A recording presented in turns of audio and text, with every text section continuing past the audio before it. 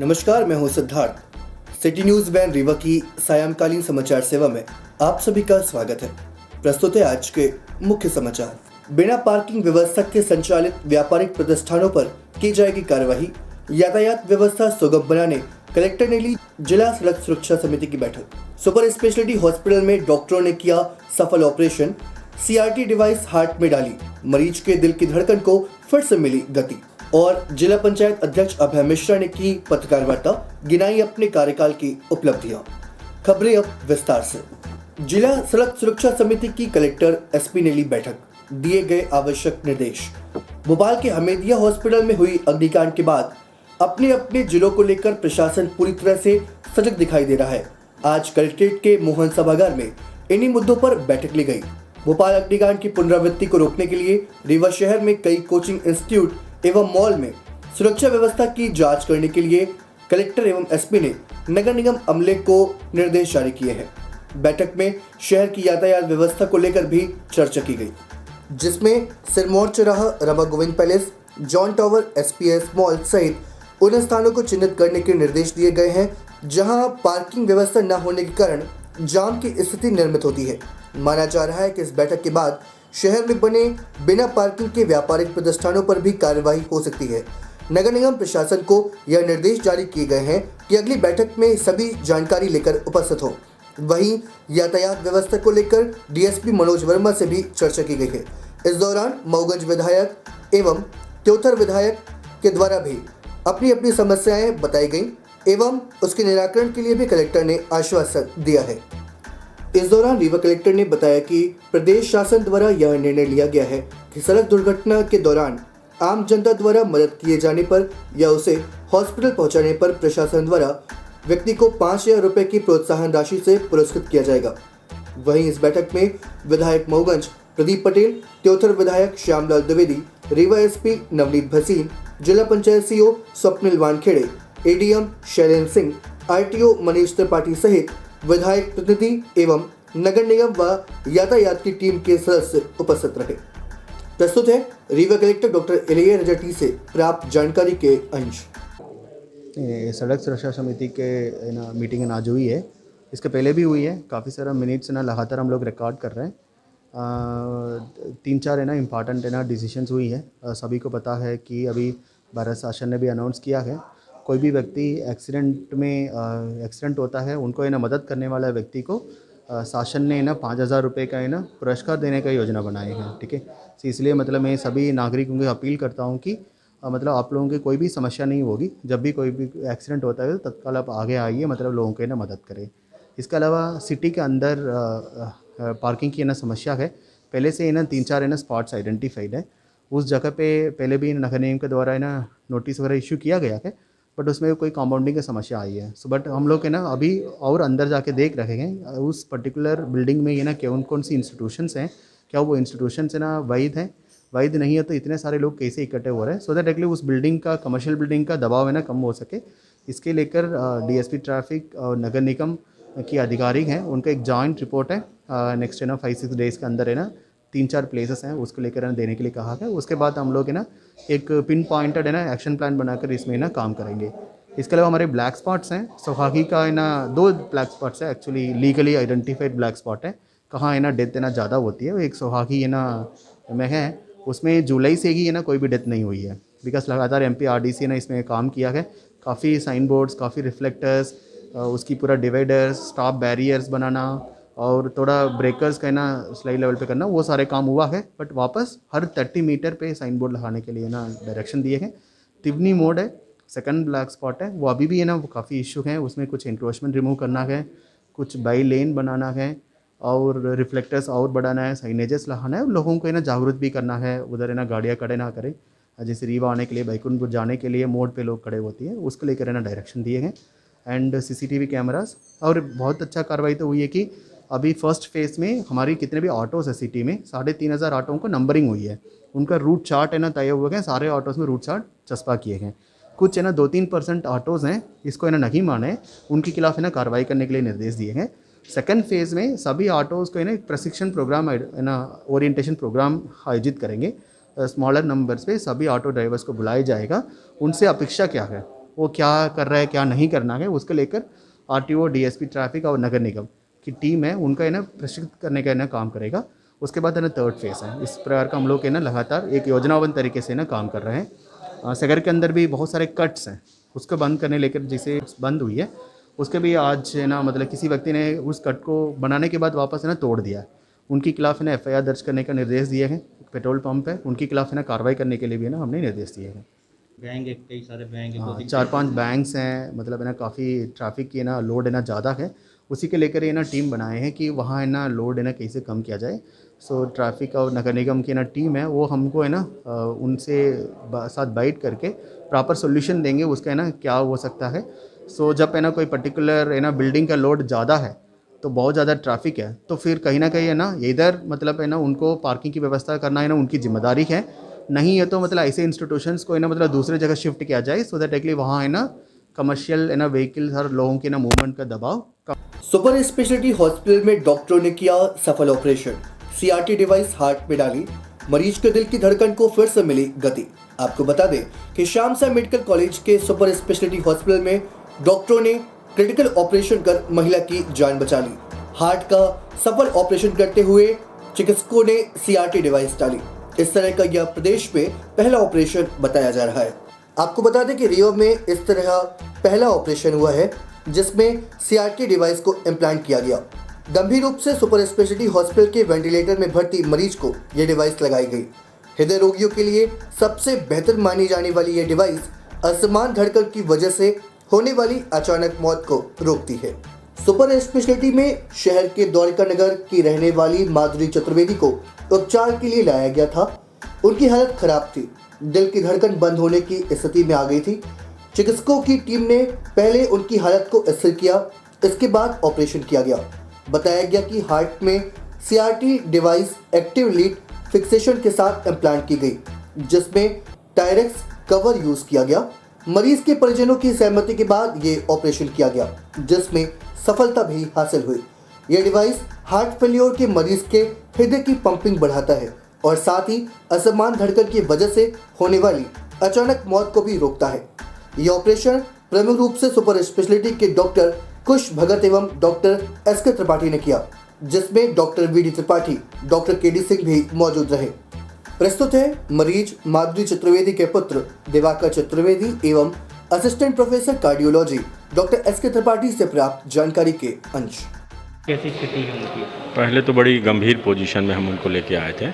अचानक उनकी heart beat बहुत ज़्यादा बढ़ गई और उस पर उनको सांस लेने में दिक्कत हो रही थी। तत्काल यहाँ एडमिट किया, उसके बाद उनको वेंटिलेटर पे रखा गया। वेंटिलेटर पे रखने के बाद भी उनको वीटी के शॉट देने पड़े। उस स्थिति में सर से बात हुई कि अब क्या करें, तो फिर सर ने कहा कि एक डिवाइस आता है, वो डिवाइस का आप अरेंजमेंट करें। उस डिवाइस के लिए फिर चर्चा हुई कि क्या कॉस्ट है, कहाँ से आएगा, कौन लगाएगा और सक्सेस होगा कि नहीं होगा। जैसे कि रीवा में थोड़ा सा आदमी इस चीज़ को डरता है, यहाँ उतनी अच्छी सर्विस मिलेगी कि नहीं मिलेगी। उसके बाद सर ने कहा कि नहीं नहीं, हम बाहर से डॉक्टर बुलवाएंगे और उन्होंने कुश भगत जी का नाम बताया कि वो आएंगे और करेंगे। फिर सर से बोले कि ठीक है, अपन परचेज करते हैं उस डिवाइस को, और सर ने फिर उसको ऑर्डर किया, अपन ने पेमेंट किया और लगा तो अब तो पोजीशन बेहतर है। क्या उससे क्या क्या चीज़ें बताई गई कि अब कैसी चीज़ें रहेगी, दिक्कतें नहीं उन्होंने ये कहा कि जैसा आपको इसमें अब पल्स रेट बराबर चलेगा और अभी कभी भी फेल्योर में जाता है हार्ट तो करंट जनरेट करके उसको बचाएगा। सडन डेथ का चांस ख़त्म हो गया। उम्र कितनी है उनकी? 62। अब स्थिति सही है? अब स्थिति सही है। CRT डिवाइस बेसिकली आप लोग पेस मेकर तो आप लोगों ने सुना होगा, तो पेस मेकर से भी हायर वर्जन की एक डिवाइस होती है जो ऐसे पेशेंट्स में लगाई जाती है जिनके हार्ट की पंपिंग लो है, हार्ट असामान्य तरह से धड़क रहा है जिसकी वजह से उसको अचानक मृत्यु का खतरा बना हुआ है। तो ऐसे पेशेंट में CRT इम्प्लांट किया जाता है। हमारे यहाँ ICCU में माधुरी चतुर्वेदी नाम की पेशेंट क्रिटिकल कंडीशन में एडमिट हुई थी 5 to 6 डेज़ बैक। उनको सीवियर ब्रेथलेसनेस थी, सांस नहीं आ रही थी, तो वेंटिलेटर में उनको रख के जो है दवाइयों के माध्यम से और वेंटिलेटर के माध्यम से उनको स्टेबलाइज़ किया गया। और उसके बाद ये मशीन जो है उनके लिए बिल्कुल ही उपयुक्त मानी गई और उनकी सहमति से उसका मशीन लगाने का हम लोगों ने निर्णय लिया। तो ये मशीन बेसिकली ऐसे ही क्रिटिकल कंडीशन में आए मरीज जिनकी हार्ट की पंपिंग कम है और असामान्य तरह से धड़क रहा है, ऐसे पेशेंट्स में ही लगाई जाती है। रीवा में तो फर्स्ट टाइम है ही। अगर बात करें पूरे प्रदेश की तो ये मशीन वैसे तो लगाई जाती हैं, बहुत ही कम नंबर में लगती हैं। ये मशीन मध्य प्रदेश में कई जगह लगाई जाती है, लेकिन ये उसका भी हाईएस्ट वर्जन है। दूसरा इसमें एक्टिव लीड फिक्सेशन टेक्निक जो यूज़ की गई है, जिससे लीड फिक्स रहती है। और दूसरा इसको जो है इन्फेक्शन से प्रोटेक्ट करने के लिए जो डायरेक्ट मैश होता है उसको साथ में यूज़ किया। तो ये सारा कॉम्बिनेशन जो है एक साथ जो यूज़ हुआ है वो जो है वो मध्य प्रदेश में फर्स्ट टाइम यूज़ हुआ। क्योंकि ये प्रोसीजर जो है फर्स्ट टाइम यहाँ पे हो रहा था, इसलिए इसके प्रॉक्टरशिप के लिए डॉक्टर कुश भगत हैं जयपुर इटर्नल हार्ट सेंटर के, उनको जो है उनके गाइडेंस में ही किया गया। उनकी हेल्प मैंने की थी। तो बेसिकली मैंने और डॉक्टर कुश भगत ने मिलकर ये ऑपरेशन किया है। साथ में जो है वो हमारे head of department doctor V D Tripathi और doctor K D Singh, doctor Himanshu, doctor Lalan, doctor Pradeep Kurmi, ये सारे लोग वहाँ पे मौजूद थे प्रोसीजर की हेल्प के लिए। पहले जो बीपी बढ़ाने की मेडिकेशन की ज़रूरत पड़ रही थी वो सारी मेडिकेशन हट चुकी हैं। ऑक्सीजन सैचुरेशन उनका मेंटेन है, पेशेंट पूरी तरह से स्वस्थ है। महंगाई के विरोध में कॉलेज छात्रों ने दिया धरना। एनएसयूआई छात्र संगठन के द्वारा महंगाई के विरोध में कॉलेज चौराहे में धरना दिया गया। धरना देकर छात्रों ने महंगाई के विरोध में जमकर नारेबाजी की। साथ ही सरकार को चेतावनी दी कि यदि महंगाई कम नहीं हुई तो छात्र संगठन उग्र आंदोलन करेगा। टीआरएस कॉलेज अध्यक्ष ने कहा कि रसोई गैस से लेकर डीजल, पेट्रोल सहित खाद्य सामग्री के दाम बढ़ने से आम जनजीवन प्रभावित हो रहा है। एनएसयूआई ने चेतावनी दी है कि समय से यदि दाम कम नहीं किए गए तो आने वाले समय में छात्र सड़क पर उग्र आंदोलन करेंगे। इस दौरान टीआरएस कॉलेज के एनएसयूआई अध्यक्ष पंकज उपाध्याय के नेतृत्व में गैस चूल्हा लेकर बीच सड़क में हल्ला बोल प्रदर्शन किया गया। प्रस्तुत है प्राप्त जानकारी के अंश। हम लोग एनएसयूआई के कार्यकर्ता यहाँ धरने में बैठे हुए हैं, जो लगातार भारतीय जनता पार्टी के लगातार प्रधानमंत्री नरेंद्र मोदी जी और प्रदेश सरकार शिवराज सिंह की जो लगातार महंगाई बढ़ रही है, आम जनता का जीवन एकदम से कठिन हो गया है जीना। लगातार जो पेट्रोल डीजल दाम 60-70 रुपये मिलता था कांग्रेस सरकार में, आज की सरकार 120 रुपये बेच रही। जो स्मृति ईरानी रोड में धरने में बैठा करती थी 50 रुपये के डीजल को, आज उनका पता नहीं है। नरेंद्र मोदी सिर्फ मन की बात करने को तैयार है, जनता की बात कोई सुनने को तैयार नहीं। आज गैस सिलेंडर 1000 रुपये चल रहा है, लगातार बेरोजगारी बढ़ रही है। इस पर कोई भी जनप्रतिनिधि सामने आकर बात करने को जनता की तैयार नहीं है। लगातार हम लोग बैठे हैं धरने में आज इसके महंगाई के विरोध में, और चाहते हैं कि भारतीय जनता पार्टी का कोई जनप्रतिनिधि सामने आए और इस पर बोले। हम लोग आज बैठे हैं और बैठे रहेंगे। ये तो कब तक बैठेंगे आप? हम लोग आज शाम तक बैठेंगे। अगर आगे नहीं होता है तो हम लोग घेराव भी करेंगे। क्या नाम आपका? नाम पंकज उपाध्याय है, टीआरएस कॉलेज अध्यक्ष एनएसयूआई। संजय गांधी अस्पताल एवं गांधी स्मारक अस्पताल के कर्मचारियों को दिया गया फायर सेफ्टी का प्रशिक्षण। बताए गए आपात स्थिति से बचने के तरीके। आपको बता दें कि संजय गांधी और गांधी स्मारक चिकित्सालय के कर्मचारियों को फायर सेफ्टी का प्रशिक्षण दिया गया, जिसमें बताया गया कि यदि अचानक आगजनी की घटना होती है तो उन्हें तत्काल किस तरह से कार्य करना चाहिए। भोपाल के हमीदिया अस्पताल में हुई आगजनी की घटना के बाद रीवा सहित पूरे प्रदेश में फायर सेफ्टी की ऑडिट के साथ ही कर्मचारियों को प्रशिक्षित करने का निर्देश दिया गया। आपको बता दें कि एक दिन पहले ही संभाग आयुक्त अनिल सोचारी एवं कलेक्टर डॉक्टर इलैया जटी मेडिकल कॉलेज पहुंचे थे, जहां पर मेडिकल कॉलेज के डीन एवं अधीक्षक सहित अन्य अधिकारियों के साथ बैठक कर आगजनी की घटनाओं से बचाव से जुड़े कार्य करने का निर्देश दिया था, जिसमें चिकित्सकों एवं अन्य स्टाफ को आगजनी से बचाव के लिए प्रशिक्षण देने का निर्देश शामिल था। इस निर्देश को तत्काल अमल में लाया गया। नर्सों एवं अन्य कर्मचारियों को वार्डों में जो मरीजों की सेवाएं करते हैं उन्हें पहले चरण में प्रशिक्षित किया जाएगा। गुरुवार को करीब आधा सैकड़ा कर्मचारियों को वार्डों में रखे फायर सेफ्टी के लिए सिलेंडरों को आग बुझाने के तरीके बताए गए। सिलेंडर किस तरह से खोलकर आग को बुझाना है यह बताने के लिए नर्सों एवं कर्मचारियों से ही मॉक ड्रिल भी कराई गई। आपको बता दें कि शासन का निर्देश आया है कि केवल सरकारी ही नहीं प्राइवेट अस्पतालों में भी फायर सेफ्टी का इंतजाम किया जाए। रीवा शहर में संचालित सभी प्राइवेट अस्पतालों को नगर निगम से एनओसी लेनी होगी। अभी रीवा हॉस्पिटल और विंध्या के अलावा किसी ने फायर सेफ्टी के इंतजाम नहीं किए हैं। प्रस्तुत है सीएमओ संजय गांधी हॉस्पिटल यत्नेश त्रिपाठी से प्राप्त जानकारी के अंश। आज कलेक्टर साहब और कमिश्नर साहब के निर्देशानुसार संजय गांधी अस्पताल के फायर सेफ्टी के प्रशिक्षण का दूसरा दिन था। आज दूसरे दिन प्रशिक्षण में डीन मेडिकल कॉलेज रीवा, संयुक्त संचालक एवं अधीक्षक गांधी स्मारक चिकित्सालय सहित कई अन्य चिकित्सक एवं स्टाफ, नर्सेस, इनको प्रशिक्षण दिया गया है। यह निरंतर चल रहा कार्यक्रम है जो 7 दिवस तक चलेगा। साथ ही उनके निर्देशानुसार जो फायर सेफ्टी उपकरण हैं उनको अपग्रेड किया जा रहा है। इस संबंध में कार्रवाई प्रारंभ कर दी गई है। जिला पंचायत अध्यक्ष अभय मिश्रा ने पत्रकार वार्ता आयोजित कर गिनाई अपने कार्यकाल की उपलब्धियां।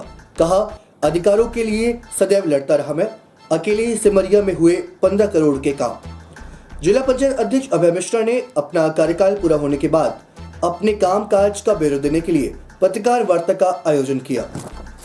मीडिया से रूबरू होते हुए उन्होंने बताया कि जब से पद संभाला चुनौतियां सामने रही। त्रिस्तरीय पंचायत प्रतिनिधियों के साथ अधिकारियों की लड़ाई शुरू की तो सरकार सहित अन्य कई तरह की अड़चनें पैदा करने वाले भी आते रहे। मिश्रा ने कहा कि 7 वर्ष का कार्यकाल पूरा करने के साथ इसे सफल कार्यकाल इसलिए मानते हैं कि विरोध करने वाले भी भ्रष्टाचार एवं अनैतिकता का आरोप नहीं लगा सकते। उन्होंने कहा कि सिमरिया क्षेत्र की जनता ने राजनीतिक शुरुआत का अवसर दिया। इस बार भी जिला पंचायत सदस्य उसी क्षेत्र से चुना गया था, जिसके चलते जवाबदेही थी कि क्षेत्र के लिए कुछ किया जाए। उन्होंने वर्ष 2015-16 से अब तक कराए गए कार्यों का वर्षवार आंकड़ा भी जारी किया। दावा किया कि सिमरिया अंचल में 15 करोड़ रुपए के कार्य जिला पंचायत के प्रयास से ही कराए गए।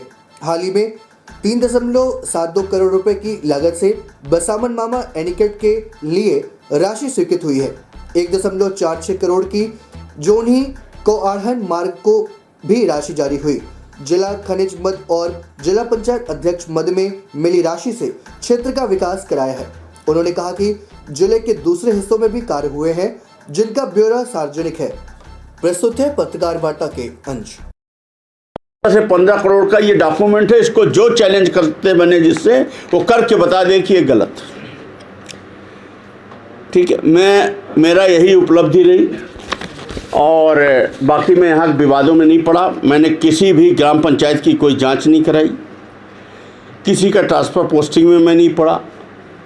इसको हटाओ, उसको रखो, इसकी सिफारिश, ये सब मैंने अपने पुराने अनुभवों से सीखा था कि ये लाइन ठीक नहीं है। हमारे पास जब कोई आता है तो मैं यही कहता हूँ कि जैसे हमें वोट मिला वैसे आपने सरपंच को भी दिया होगा। अब वो अपने पाप पुण्य का भागीदार वो खुद है। अगर कुछ गलत करेगा तो अगली बार फिर चुनाव लड़ेगा, बुद्धि घूमेगी, आपको फिर लौटाएगा। उससे जो बचेगा वकील को देगा, उससे जो बचेगा डॉक्टर को देगा, या जो कुछ करेगा। ये दुनिया, इसके लिए अधिकारी हैं, बाकी लोग हैं, ये सब कर लें। मुझे आप विवादों में मत डालो। मुझसे जो नेक करते बने मैंने कर दिया। कार्यकाल हमारा अब समाप्त हो रहा है। कल जिला पंचायत का आरक्षण है। इस महीने किसी न किसी दिन आचार संहिता लग जाएगी। मेरी जानकारी में चुनाव हो जाएगा। ये 7-7.5 वर्ष का कार्यकाल था। मैंने कोशिश की है कि मैं बेदाग होकर यहाँ से निकल पाऊँ और विवादों में न फंसूँ, और साथ में जो मैं कर पाया वो आपके सामने प्रस्तुत है। आप सबसे यही आग्रह है कि अपने मीडिया के माध्यम से हर आदमी कुछ न कुछ चाहता है। मैं भी इतना तो चाहते ही हूँ कि यश तो चाहते ही, मन में इतना तो लगता ही है कि अगर मैंने कुछ अच्छा किया है तो लोगों के हृदय से निकला हुआ आशीर्वाद मुझे मिले। कम से कम हमारे सिमरिया क्षेत्र के लोगों को ये लगे कि हमारे क्षेत्र से वो जिला पंचायत सदस्य चुन के गए, किसी कारणों से वो दोबारा हमारे जनप्रतिनिधि नहीं बन पाए या जो भी रहा हो, पर सिमरिया उनकी आत्मा से अलग नहीं हुई है। इसलिए मैं ये सब आपके सामने रख रहा हूँ। आप सब लोग प्रमुखता से मेरे इन कार्यों को रखने का आप लोग वो करें अगर आपको सही लगता है तो, और अगर कहीं कोई बात आपको लगती तो आप हमसे प्रश्न करके पूछ सकते हैं। तो ये बड़े काम किए सिमरिया में। अभी अभी हमने 3,72,00,000 और 1,46,00,000 वो दे दिया, और इसकी निविदा कार्रवाई प्रचलन में। इसका डॉक्यूमेंट ये पीछे लगा। सेकंड पेज सीओ साहब का, उसके नीचे के पेज में आप देखिए स्वप्निल बयान खेड़े साहब का दस्तखत है और आपको 371 लाख ये दिख रहा है ना। और इसके बाद ये दूसरा देखिए आप, सीओ साहब का दस्तखत है और ये पहुंच मार्ग के लिए 146 लाख ये दिख रहा है, 1,46 लाख, करेक्ट।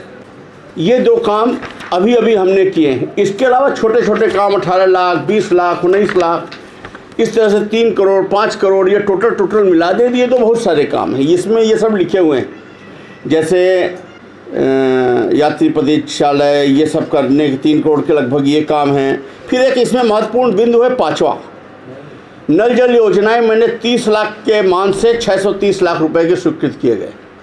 आप लोगों ने देखा होगा पिछले 1 सालों में तरह तरह की बयानबाजी और अखबारों में आता था, मैंने इसका भूमि पूजन किया, मैंने उसका भूमि पूजन किया, और मैं चुप बैठा रहता था कि भैया नेक काम है, हो जाए, बाकी ठीक है।